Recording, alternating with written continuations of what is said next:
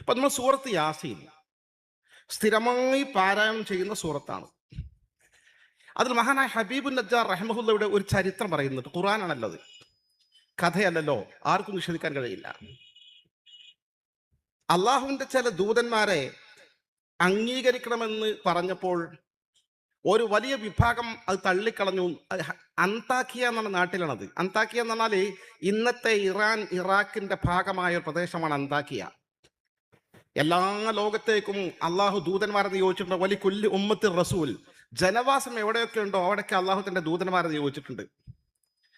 അപ്പൊ വലിയൊരു വിഭാഗം ആ ദൈവത്തിന്റെ അള്ളാഹുവിന്റെ ദൂതന്മാരെ തള്ളിക്കളഞ്ഞപ്പോൾ മഹാനായ ഹബീബുൻ നജ്ജാർ റഹ്മത്തുള്ളാഹി പറഞ്ഞിട്ട് പറഞ്ഞു, ഇത്തബിഉൽ മുർസലീൻ, ആ ദൂതന്മാരെ നിങ്ങൾ ശരിവച്ചോളൂ. നിങ്ങളോട് യാതൊരു പ്രതിഫലം ചോദിക്കുന്നതാണ് ഈ സത്യം നിങ്ങൾക്ക് പറഞ്ഞു തരുന്നത്, അത് നിങ്ങൾ ഗുണം ചെയ്യുന്നു പറഞ്ഞപ്പോൾ അത് പറഞ്ഞതിന്റെ പേരിൽ അദ്ദേഹത്തിന് അവർ കശാപ്പ് ചെയ്തു, കൊല ചെയ്തു. ഹബീബുൻ നജ്ജാർ രക്തസാക്ഷിയായി. തുടർന്ന് ആ സംഭവത്തെ കുറിച്ച് ഖുർആൻ പറയുന്നത്, ഹബീബുൻ നജ്ജാർ റഹ്മത്തുള്ളാഹിയോട് പറയപ്പെട്ടു, നീ സ്വർഗത്തിലേക്ക് കടന്നു പോകൂ, സ്വർഗത്തിലേക്ക് പ്രവേശിക്കൂ എന്ന്.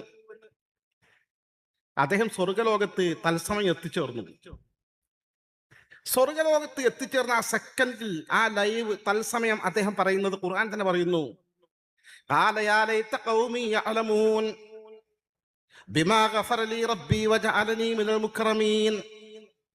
ആദ്യമായി അദ്ദേഹം ചിന്തിക്കുന്നത്, എന്റെ നാട്ടുകാർ ഇതൊന്നും അറിഞ്ഞെങ്കിൽ ഞാൻ എന്തോ ഒരു ഭാഗ്യവാനാണ്, എന്തോ ഒരു സന്തോഷവാനാണ്. എനിക്ക് അള്ളാഹു നൽകിയ ഈ മഹാ അനുഗ്രഹങ്ങൾ, എന്റെ ദോഷങ്ങളൊക്കെ പുറത്തു തന്നു. വജാലനീമിനൽ മുക്രമീൻ, അള്ളാഹു ആദരിക്കുന്ന മഹാത്മാക്കളുടെ കൂട്ടത്തിൽ ഉൾക്കൊള്ളിച്ചിരിക്കുന്നു എന്ന ഈ സന്തോഷവരും എന്റെ ഈ നാട്ടുകാരെന്ന് അറിഞ്ഞെങ്കിൽ എന്ന് അദ്ദേഹം ആഗ്രഹിക്കുകയാണ്. മരിച്ചാൽ അവസാനിച്ചിട്ടില്ല. അവർ ഈ ലോകവുമായുള്ള ബന്ധം അറ്റുപോയിട്ടില്ല. അവർ തൻ്റെ നാട്ടുകാരെ കുറിച്ചും ഈ ലോകത്തെക്കുറിച്ചും ഇവിടെയുള്ള പ്രശ്നങ്ങളെ കുറിച്ചുമാണ് അദ്ദേഹം ചിന്തിക്കുന്നത്, ആലോചിക്കുന്നത്. ഖുർആന്റെ നസ്സല്ല ഇത്, യാഥാർത്ഥ്യമല്ല ഇത്. ആ മഹാത്മാക്കൾ ഭൗതിക ലോകത്തിലുള്ള മശായിഖുമാർ, നമ്മുടെ മശായിഖുമാർ, നമ്മൾ കണക്ഷനുള്ള ആളുകളാണെങ്കിൽ അവരുമായി ബന്ധപ്പെട്ട കാര്യങ്ങൾ അവർ ഇടപെടും. അതുകൊണ്ടല്ല സിയാറത്തിനെ പറ്റി പറയുന്നിടത്ത് പറയുന്നത്, ഒരു മുഅ്മിന്റെ ഖബർ സിയാറത്ത്, നമുക്ക് ഏത് മുഅ്മിന്റെ ഖബറും സിയാറത്ത് ചെയ്യാം, അതൊക്കെ സുന്നത്താ. അതും നമ്മുടെ മുജാഹിദ് പ്രസ്ഥാനത്തിന്റെ പ്രവർത്തകന്മാർ വല്ലാതെ വഴിതെറ്റി പോയിട്ടുണ്ട്. ആദ്യ കാലത്തൊക്കെ അവർ പഠിപ്പിച്ചത് സിയാറത്തിന് വേണ്ടി യാത്ര പോകാൻ പാടില്ല, നാട്ടിലൊക്കെ സിയാറത്ത് ചെയ്യാമെന്നായിരുന്നു. പക്ഷെ പറഞ്ഞ് വെറുപ്പിച്ച് സിയാറത്തിന് ചെയ്യാത്തൊരു വിഭാഗമായി മാറിക്കഴിഞ്ഞു. ഞാൻ പുളിക്കൽ കോളേജുണ്ട്, ഇവിടെ തൊട്ടപ്പുറത്ത് ഫറൂഖ് റൗത്തുൽ അറബി കോളേജ് ഉണ്ട്. ഞാൻ PG പഠിച്ചതാ. ആ മുജാഹിദിന്റെ കോളേജിൽ പോയില്ലേന്ന് ചോദിച്ചാൽ, ആ കോഴ്സ് വേറെ സുന്നിന്റെ നേതൃത്വത്തിൽ പഠിക്കാൻ വേറെ കോളേജും ഇല്ല, പ്രൈവറ്റ് യൂണിവേഴ്സിറ്റി പഠിക്കാനും സൗകര്യമില്ലാത്ത ഞാൻ പോയിട്ടുണ്ട്, പഠിച്ചിട്ടുണ്ട് ഒരു അത്യാവശ്യ ഘട്ടത്തിൽ. ഞാനവിടെ ശ്രദ്ധിച്ചൊരു കാര്യമുണ്ട്, ആ ഫറൂഖ് റൗലത്തുലും കോളേജിന്റെ സ്ഥാപകനായി ആദ്യ കാലഘട്ടത്തിൽ ഉണ്ടായിരുന്ന അബുസബാഹ് മൗലവി ഉണ്ട്. അവരെല്ലാവരും ആദരിക്കുന്ന ആളാണ്. അദ്ദേഹത്തിന്റെ ഖബർ ആ കോളേജ് ക്യാമ്പസിന്റെ ഫ്രണ്ടിൽ പള്ളിയോട് ചേർന്നുണ്ട്, എല്ലാവർക്കും സൗകര്യം സിയാറത്ത് ചെയ്യാൻ. ഞാൻ 2 കൊല്ലം അവിടെ പഠിച്ചിട്ട് ഒരു മനുഷ്യൻ അവിടെ സിയാറത്തിന് ഞാൻ കണ്ടിട്ടില്ല. യാത്ര ചെയ്യണ്ടല്ലോ, അതിന്റെ മുന്നിലൂടെയാണ് നമ്മുടെ മൗലവിമാർ പള്ളിയിലേക്ക് നിസ്കരിക്കാൻ പോകുന്നത്. ജസ്റ്റ് ഒരു സലാം, ഫാത്തിഹ അവർക്ക് പാടില്ല, ഫാത്തിഹന്റെ സലാം പറഞ്ഞൂടെ?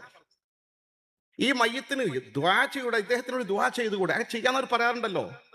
2 കൊല്ലമായിട്ട് ഒരു മൗലവിയോ ഒരു വിദ്യാർത്ഥിയോ ആ ഖബറിന്റെ മുന്നിലൂടെ കടന്നു പോകുമ്പോൾ സിയാറത്ത് ചെയ്യുന്ന എന്റെ ശ്രദ്ധപ്പെട്ടില്ല.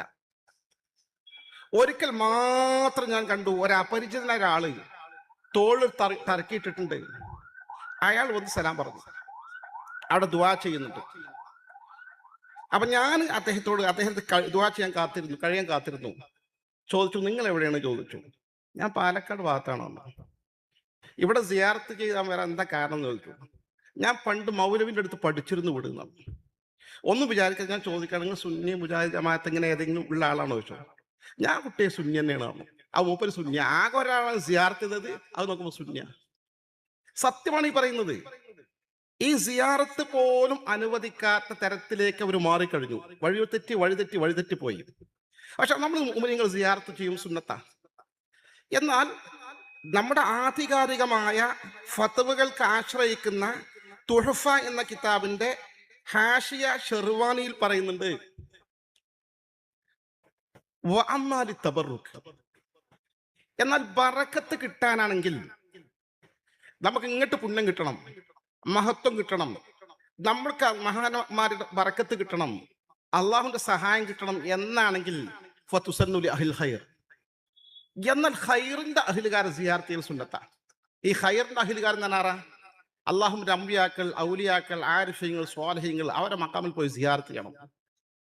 അതിന് കാരണം പറയണ്ട, അതാണ് പ്രസക്തം. ആ കാരണം എന്താണോ, അവരെ സിയാറത്ത് ചെയ്താൽ നമുക്ക് ഇങ്ങോട്ട് ബറക്കത്ത് കിട്ടും എന്ന് പറയാൻ കാരണം ലി അന്നലഹും, കാരണം നിശ്ചയം അള്ളാഹുവിന്റെ മഹാത്മാക്കൾക്ക് അള്ളാഹു നൽകിയിട്ടുണ്ട് ഫി ബറാസിഹിം, അവരുടെ ബർസഖിയായ ലോകത്ത് തസറുഫാത്തിൻ, ഇടപെടലുകൾ നടത്താനുള്ള ഒരു കഴിവ് അത് കൊടുത്തിട്ടുണ്ട്. നമ്മൾ സാധാരണക്കാർ മരിച്ച പോലല്ല. മഹാത്മാക്കൾ മരണപ്പെട്ടാൽ അവരുടെ ബർസഖിയായ ലോകത്ത് വെച്ച് അവർക്ക് ഈ ഭൗതിക കാര്യങ്ങൾ ഇടപെടൽ എന്നല്ല പറഞ്ഞത്, തസറുഫാത്ത്, ഇടപെടലുകൾ നടത്താനുള്ള കഴിവ് കൊടുത്തിട്ടുണ്ട്. ഓ ബറക്കാത്തിൻ, ബറക്കത്തുകൾ നൽകാനുള്ള കഴിവ് അല്ല കൊടുത്തിട്ടുണ്ട്. അത് ലിമിറ്റഡ് ആയ നിലക്കല്ല, യുഅദ്ദു വലാ യുഹ്സ, പരിമിതമല്ലാത്ത നിലയിൽ അവർക്ക് ഇടപെടാൻ സാധിക്കുമെന്ന് കൃത്യമായി രേഖപ്പെടുത്തി വച്ചിരിക്കുന്നു. ഇതൊരു യാഥാർത്ഥ്യമാണ്. ഇത് നിഷേധിച്ചിട്ട് കാര്യമില്ല.